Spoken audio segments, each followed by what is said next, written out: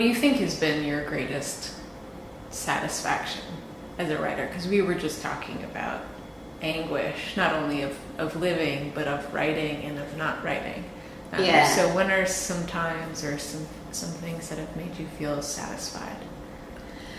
There are a few times, but the main overall thing that when I stop and think about it, that really gives me a sense of satisfaction is simply the fact that I'm doing it, and I'm still doing it, because it's been many years. I've been doing it for a long time, and it hasn't been easy, and I haven't had huge amounts of success, but I have been surprised at my own tenacity. I didn't know I was so tenacious and stubborn and willful, but I have done this. So that's the main thing. I'm very proud of myself that I've done it and I keep doing it no matter how hard and miserable it is. So for some reason, nothing stops me. I have other, I guess I have little moments that were exciting for me, but I don't know if you want to hear about them. Yeah, totally. I'm also curious about, maybe if you want to talk about your genesis or your development as a writer. And I know the sort of cliche question is to ask you whether or not you always knew you wanted to be a writer or not. And I think that can be an interesting question, but I guess to me the question is more like, do you think you've accomplished what you want or what you sort of have set out for yourself, or are you surprised by the satisfaction that you get or the success that you've had, or just your ability to keep writing and making a living? I have definitely not accomplished everything that I would like to do, which I guess is why I keep going. It's more like the process, the ability to do it is what has surprised me, because I have always wanted to be a writer. I started writing stories in 3rd grade, and when I was in college, I took writing seminars, and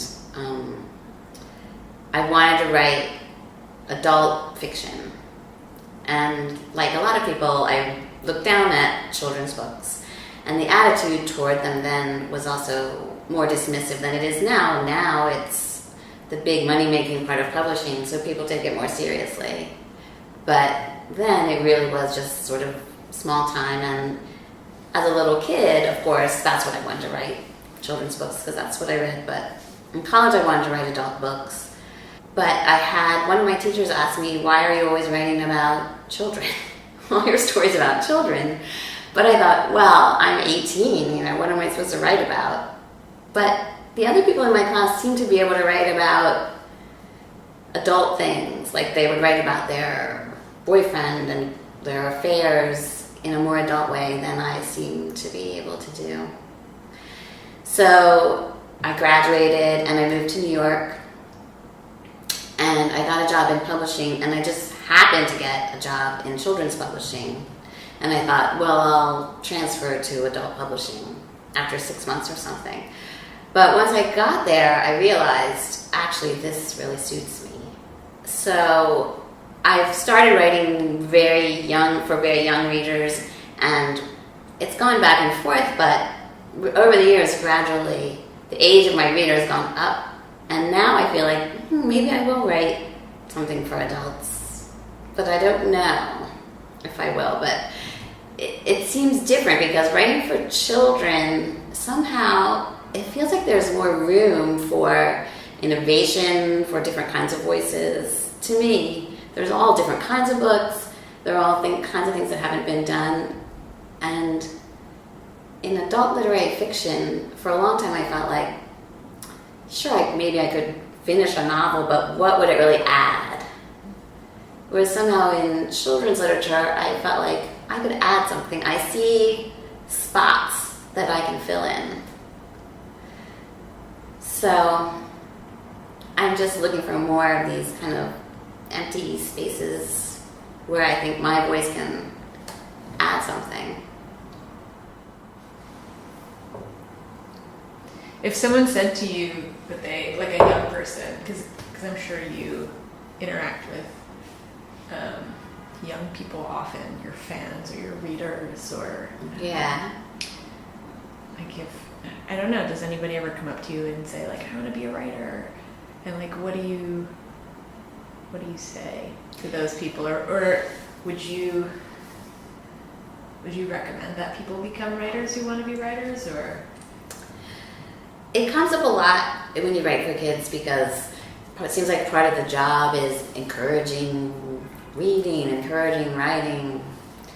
And so even if kids themselves don't ask the question, a lot of times a blogger will ask, what's your advice, or a magazine or something. It seems to me that if you have to be a writer, you're going to be a writer. If you're going to be a writer, you will do it. Like, that was one thing I remember wondering so much as a teenager. Can I do it? Will I be able to do it? It seemed like this big mystery. There was I didn't know if I could, if it's inside me, the ability to do it. I guess that's what I mean when I say it's satisfying. Now I know. I can do it. I've answered the question. That makes me happy. And I think people, like you, if you're driven to do it, you're going to do it, and nothing's going to stop you. So it's sort of superfluous to give people advice, because also everybody has their own way to get there, on their own path. And if you can't do it, then you shouldn't do it, because it's hard. do you ever have moments where you're like, am I really doing it? Have I really done it? Like, you know what I mean? What do you mean, like, done it? Yeah, like, okay, how many books have you published? Either like written on your own or ghostwritten or whatever. How many books in total have you written? I don't know, but it's a lot if you count ghostwriting, work for hire, all that. Like, just books that are under my own name, it's maybe 25 or something. So, under other people's names, or I don't even know. A lot of them I'd rather not remember.